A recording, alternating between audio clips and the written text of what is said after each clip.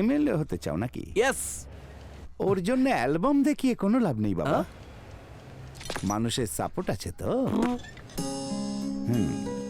তোমার পিছনে কোনো প্রেস বা টিভি চ্যানেলের সাপোর্ট আছে তো? দলবদল করার কোনো ব্যাকগ্রাউন্ড? আজকাল তো সিনেমার লোকেরা রাজনীতিতে আসে। সিনেমার লোক, তাদের কোনো সাপোর্ট আছে কি? দাঙ্গা, মার্ডার, ধর্ষণ এসব কাজে দক্ষ কি? কোনো পার্টিকে ভাঙতে পারো কি?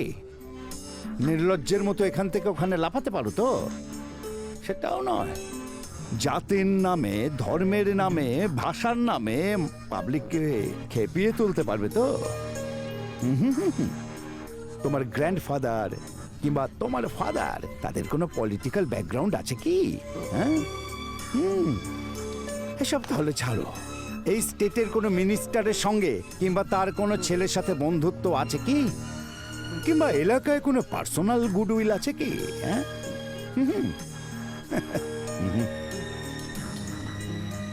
সিটের জন্য কত টাকা দেবে? আরে আমরা বেচা কেনা করি, উই ডু সেল। আরে শোনো, আরে আরে দেখো দেখো, আরে আরে শোনো, এমএলএ হতে চলে এসেছে, এমএলএ।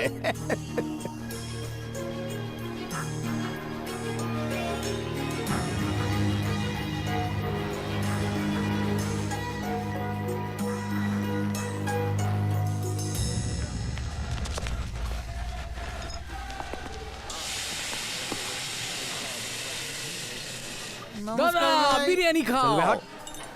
মা বানিয়েছে দাদা, খেয়ে নাও না।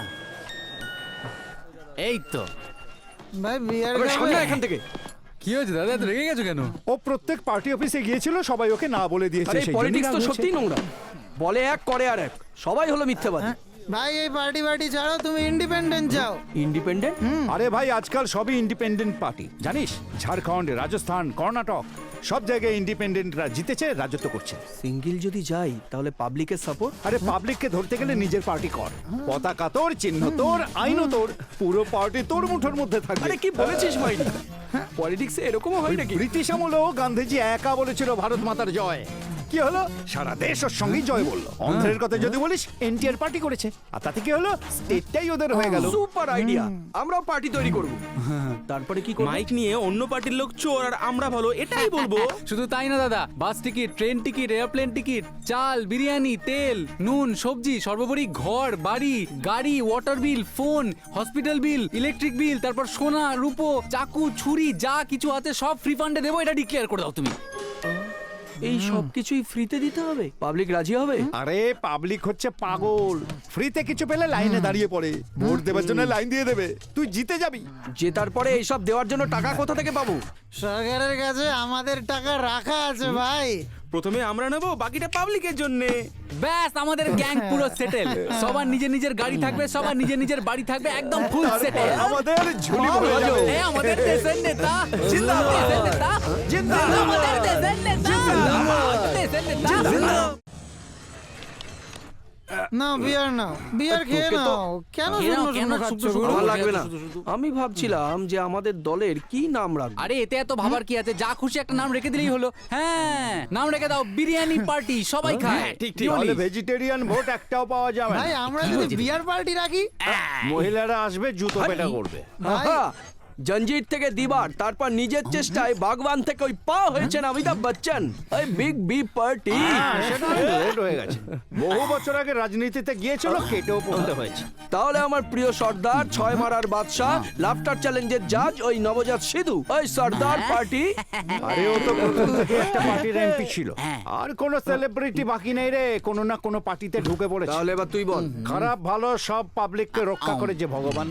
পৃথিবীতে সর্বত্র বিরাজমান গণপতি, জয় ঠাকুর, জয়, গণপতি জয়। পার্টি। হ্যাঁ, ব্যাস ব্যাস ব্যাস ব্যাস, রেখে দে। সব মুসলমান এইদিকে, সব খ্রিস্টান এইদিকে, আমাদের দিকে কেউ থাকবে না। কি বলেছে কি? পুরো পাবলিককে আমাদের সাথে রাখতে গেলে পার্টির নাম কি দেওয়া উচিত?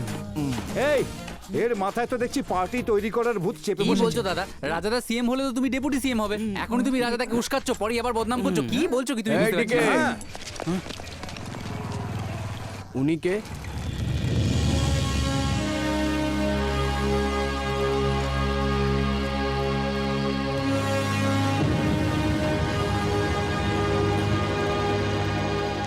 মহাত্মা গান্ধী। সেটা আমিও জানি, কিন্তু আসলে উনি কে? আরে ইনি তো ওই যে কি যেন বলে না, হ্যাঁ মনে পড়েছে, গান্ধীজির বাবা ছিলেন। এ মালকে বলিস না, এ আমাদের বাপুজি।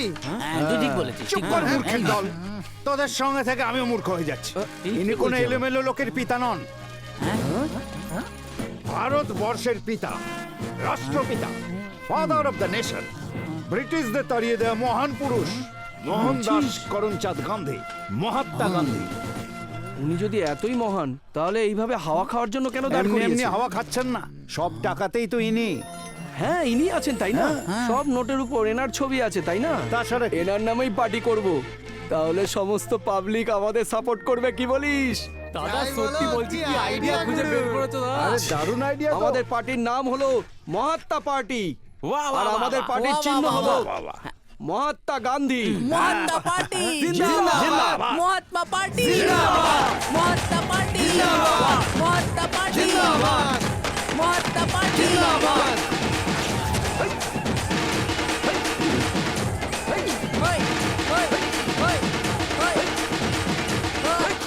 মহাত্মা পার্টি জিন্দাবাদ। মহাত্মা পার্টি জিন্দাবাদ। মহাত্মা পার্টি জিন্দাবাদ। মহাত্মা পার্টি জিন্দাবাদ। মহাত্মা পার্টি জিন্দাবাদ। বড় বড় লোকেদের পার্টি বানাতে অনেক সময় লাগে, কিন্তু এ এত তাড়াতাড়ি কি করে পার্টি তৈরি করলো জামাইবাবু? এই চারা গাছটাকে এখন ছেড়ে দিলে ধীরে ধীরে আরো বড় হয়ে যাবে। পাবলিক পাগলের মতো ওর পেছনে ছুটছে, ওকে গোড়া থেকে উপড়ে ফেলতে হবে। আরে বাবর, আমার নাম রহমান হ্যাঁ দাদা। সেটা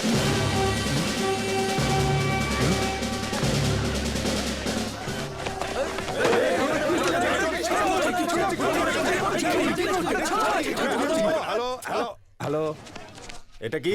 ইন্টারন্যাশনাল আইডি ফ্রডকে, গুন্ডা মাফিয়াকে, অত্যাচারীকে, হত্যাকারীকে, ধর্ষণকারীকে আর কখনো কখনো আমাদের মতো অসহায়দের আপনাদের মতো পুলিশের হাত থেকে বাঁচানোর জন্য এটা সুদর্শন চক্র, মানে অ্যান্টিসিপেটরি বেল। আরে ছাড় তো, আরে ছাড় রে। গান্ধীজিকে প্রণাম করে যে রাস্তায় এসেছিলেন সে রাস্তায় আবার ফিরে যান। দেশের নেতা জিন্দাবাদ। দেশের জিন্দাবাদ। নেতা দেশের নেতা জিন্দাবাদ।